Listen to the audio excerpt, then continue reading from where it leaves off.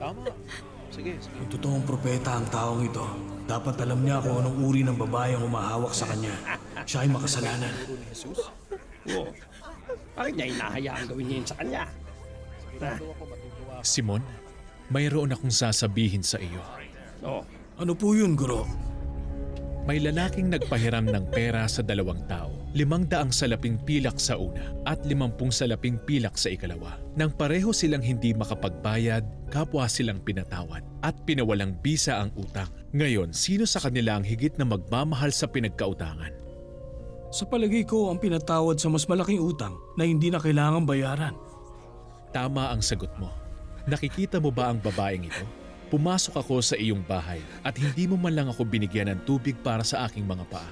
Ngunit hinugasan niya ng luha ang aking mga paa at pinunasan ang kanyang buhok. Hindi mo ako hinalikan. Ngunit siya mula nang pumasok ay hindi tumigil ng kahahalik sa aking mga paa. Hindi mo naisip na lagyan ng langis ang aking ulo. Subalit binuhusan niya ng mamahaling pabango ang aking mga paa. Lahat ng kanyang mga kasalanan ay pinatawad na. At iyon ang dahilan kaya malaki ang ipinamalas niyang pagmamahal. Sino mang tao na pinatawad ng kaunti, ay kaunti rin ang pagmamahal. Pinatawad na ang mga kasalanan mo. Pinatawad ni Jesus. Kasalanan mo.